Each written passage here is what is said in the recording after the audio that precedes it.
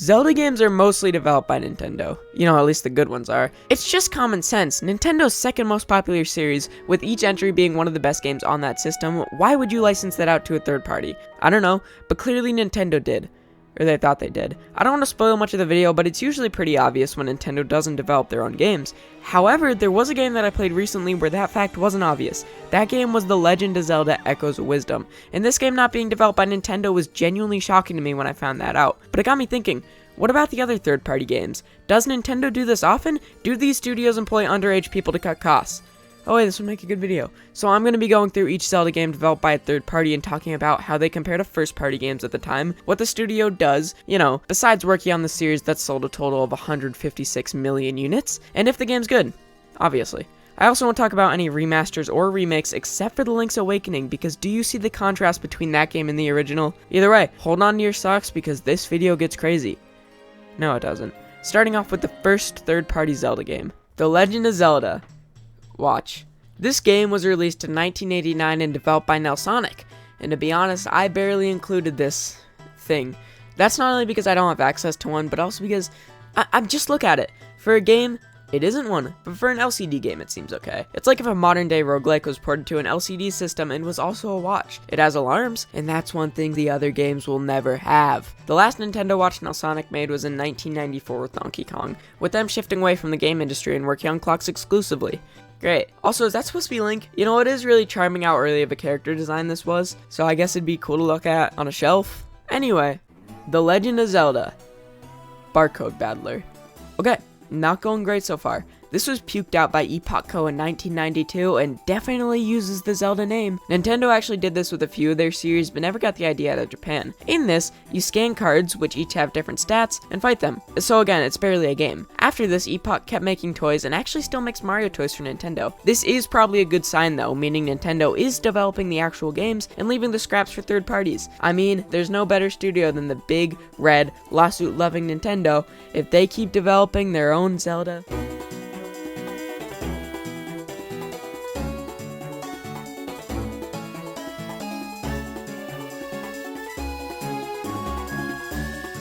But instead, gee, it sure is boring around here.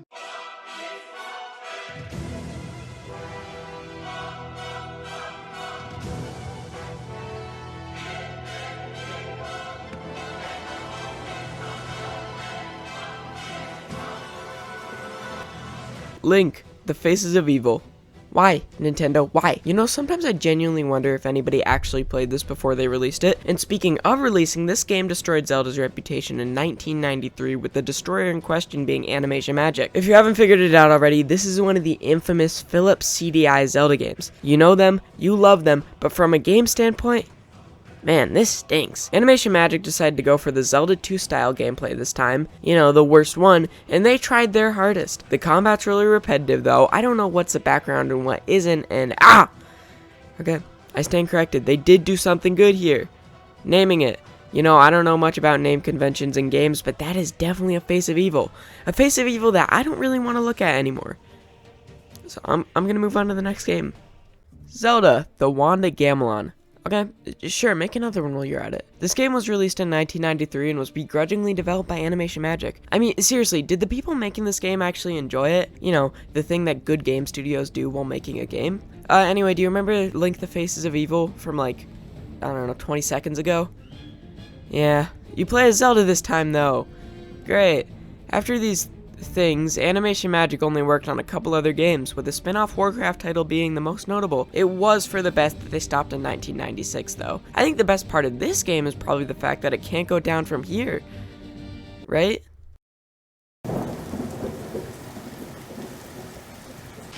I've got something for you.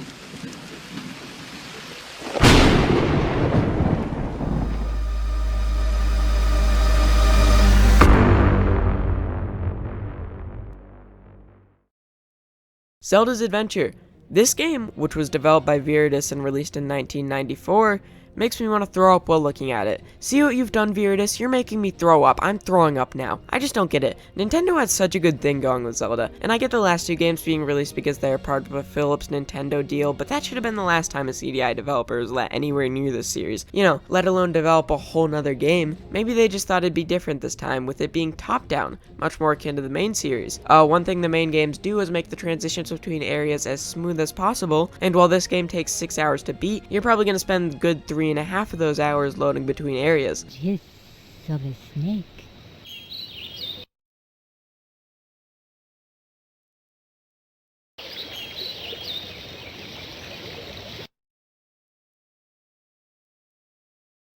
You know, the worst part is how the music cuts out during those transitions, so you're just sitting in silence, waiting for it to load. And if there's one thing I hate in a game, it's not being constantly stimulated. I've been nursed on TikTok, Instagram Reels, YouTube Shorts, whatever you want to say, for the last 3 years, and I can't get away from it. After this, Viridis made a total of 3 other games and gave up in 1996. Phew. And clearly when I say it can't go down from here, it goes down. So I'm gonna say it can't go up from here because Nintendo seems to love doing the opposite of what I say.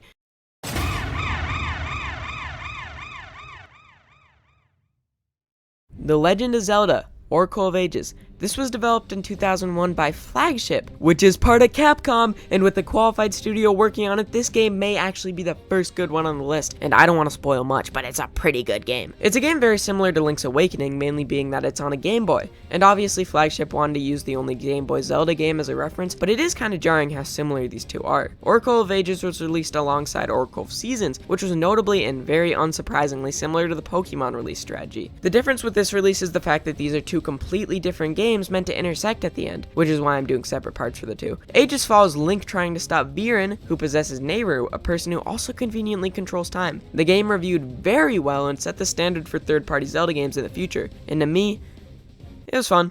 It's hard coming from a modern perspective because of how much we've been spoiled with Zelda nowadays, but the fact that these, including Seasons, hold up as well as they do really shows the attention and care Flagship put into this game. To be honest though, I like the other one a lot better, so I'm going to talk about the other one now. I hope you understand. I don't understand. The Legend of Zelda: Oracle of Seasons. You know the Oracle deal already, 2001, Flagship, it's all the stuff that I just went over, but the actual game part of Seasons is different. This time, Din gets captured and oh, she can control Seasons. You know, I started playing this game for footage and assumed I'd play a good 20 minutes and move on, but since then I've played a good couple hours and I do not plan on stopping. You know, there isn't really much to say about Seasons compared to Ages, but it gets the Ethan stamp of approval, which probably doesn't mean much, but it's nice to have. And with these next hits from Flagship, it's no wonder Nintendo brought them back for their next project, The Legend of Zelda: Four Swords. Okay, so this one's weird. Released 1 year after the Oracle games, it came in a double pack with Link to the Past on Game Boy Advance. In fact, it was more like a bonus than anything, and that becomes especially evident when you boot up the game and realize that you need 4 Game Boys, 4 Link cables, 4 copies of the game, and somehow 4 people to even start. Oh, wait, I misspoke. You can watch the first cutscene without having to pay $700. So, you're just gonna need to watch that while I talk about this game. Actually, you know what? Let me play some footage of Link to the Past that I decided to play instead of waiting for something to happen on the title screen. This game's obviously a 4-player multiplayer adventure, but there was some other Four Swords versions on other systems that you don't need a pile of junk to play. There is a Four Swords adventure on GameCube that still relied on the Game Boy 4-player, but you could play it alone if you really needed to. There's also a Four Swords Anniversary Edition on DS, which is just Four Swords again, but with single player. Back to the GBA version though, Four Swords actually reviewed pretty well. It's just weird that after 2 successful traditional Zelda games, Nintendo would take such a risk with Flagship. I mean, it's pretty obvious that Four Swords wasn't supposed to be a bonus in the first place. I think they had the Four Swords game ready and figured that they should throw something in for people who didn't have 4 Game Boys, 4 friends, 4 Link cables, 4 games, and 4 Wormlights to be safe. Hi, can I take your order? 55 burgers, 55 fries, 55 tacos, 55 pies, 55 cokes, 100 tater tots, 100 pizzas, 100 tenders, 100 meatballs, 100 coffees, 55 wings, 55 shakes, 55 pancakes, 55 pasta, 55 peppers, and 155 taters. Okay, that'll be $680. Okay. Anyway, this game did pretty well, and it was obvious that Flagship wasn't going anywhere, and that became especially evident with their next release, The Legend of Zelda: The Minish Cap. In 2004, Flagship released this, and I don't want to spoil anything, but this was a much more traditional Zelda game. It isn't spoiling the video if the internet's just gonna spoil it for you. The Minish Cap follows Link, shockingly, and Zelda, Oh, and she's stoned now. I don't have much to say about the Minish Cap. I mean, it really is some of the most traditional Zelda you can get. It looks good. Yeah, I really like the roll. It's nice when games include that.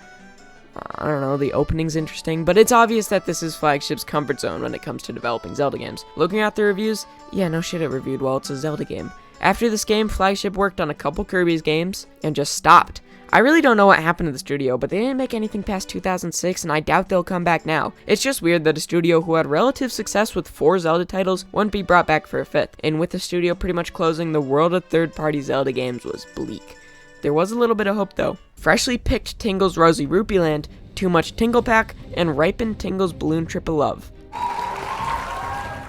These games were developed for the DS in 2006, 2009, and 2009 again respectively. It also makes sense that these were developed by one studio, Vanpool, because who else would have the sheer gumption to make 3 Tingle games? You know, not to mention that they gave the Tingle games the longest titles in the industry. I hate making fun of these though because it's obvious that there is a ton of care and effort put into them, but they're weird. First is freshly picked Tingle's Rosy Rupee Land, and to get this out of the way, Rupee Land never released in the States, which is probably why this is your first time hearing about the game. The goal of the game is to collect rupees and go to Rupee Land, surprisingly. Why is Tingle freshly picked? Why is Rupee Land rosy? I don't have any answers for you, but EA gave this game a 5 out of 5, so maybe they'll know. Too Much Tingle Pack is next, and I don't know much about this game. It was a DSiWare game only released in Japan, I think. It seems like a WarioWare-esque game with a bunch of different styles of game in one, but there's no Wikipedia information about it, and I also wasn't able to find an emulator or officially licensed cartridge to play it on.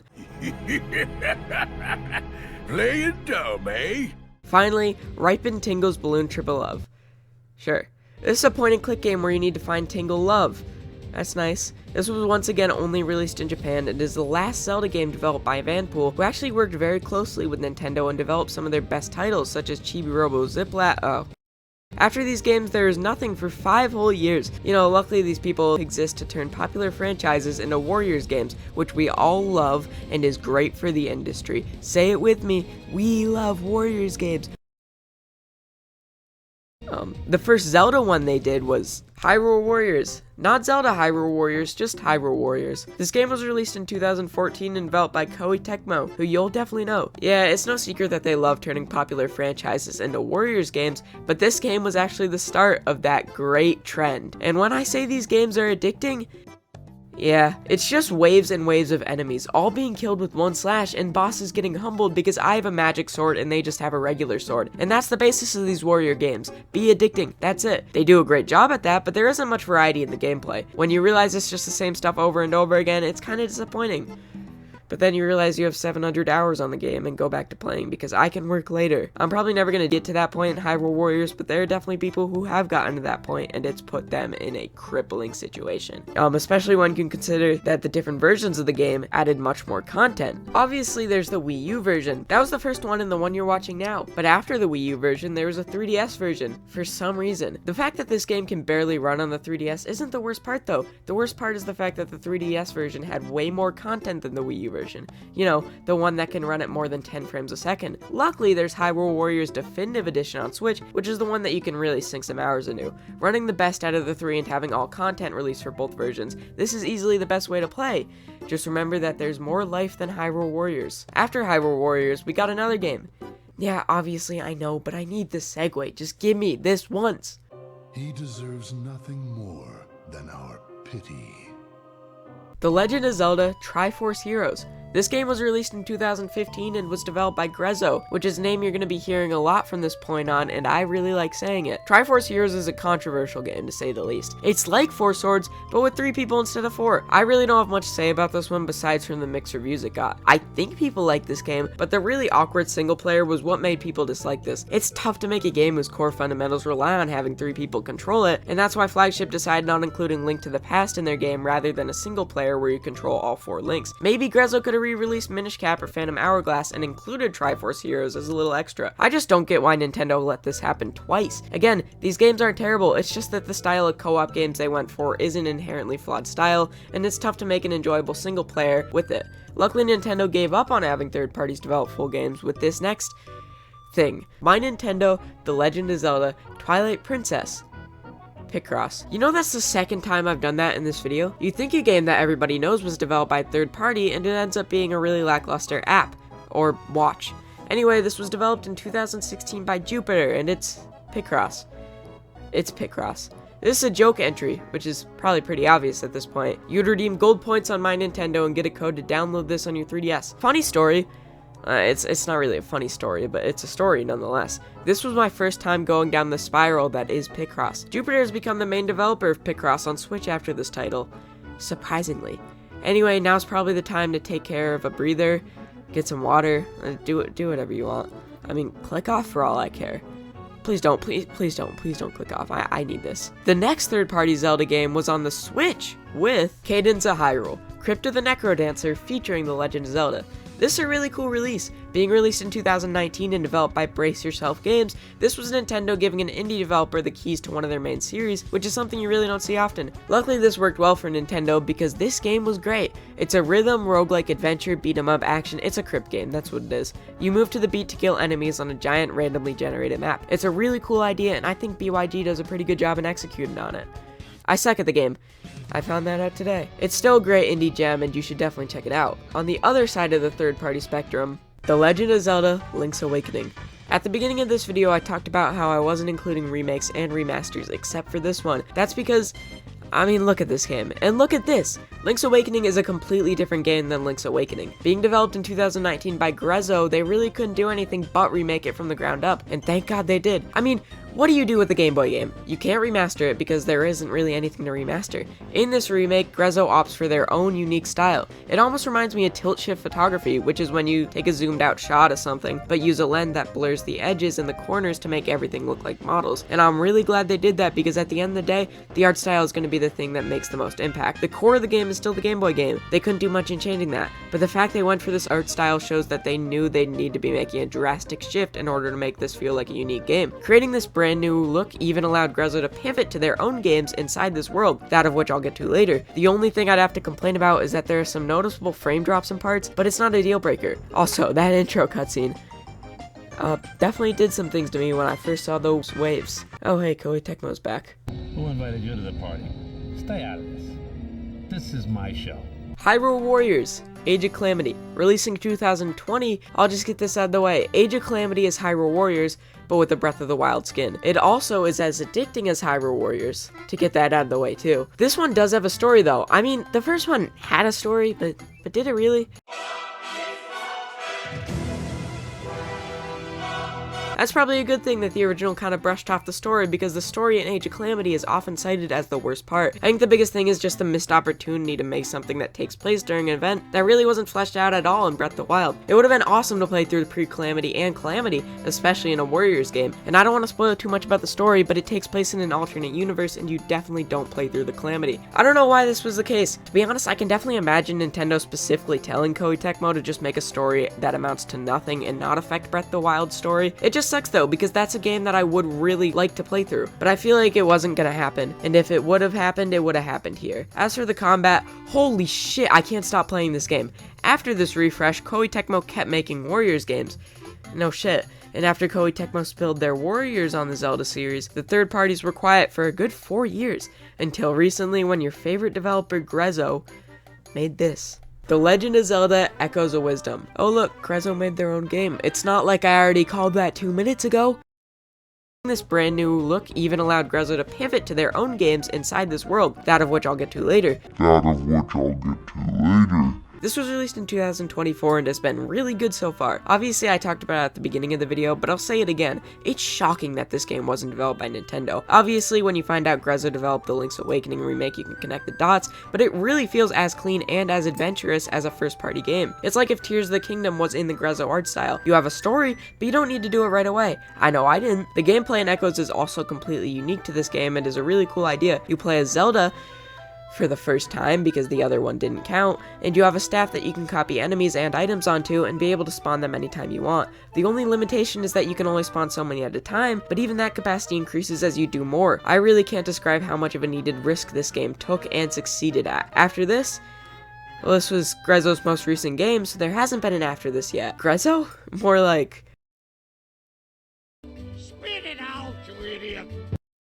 When Nintendo enlists a third party to develop their Zelda games, They definitely are developed. Suffice to say, it's been a rough road of games. Part of me is glad Nintendo isn't letting all the old third-party crap sneak into the game lineup, but part of me wishes there were those stupid spin-offs. The Tingle Games never hurt anyone. Why aren't those still being made?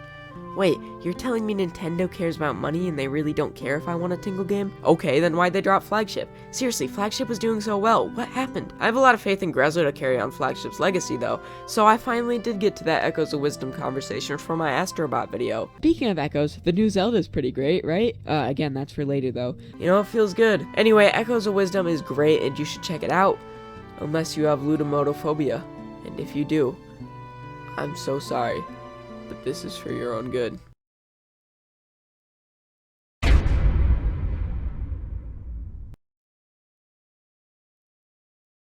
What's up, YouTube? I am a couple days removed from Astrobot winning Game of the Year.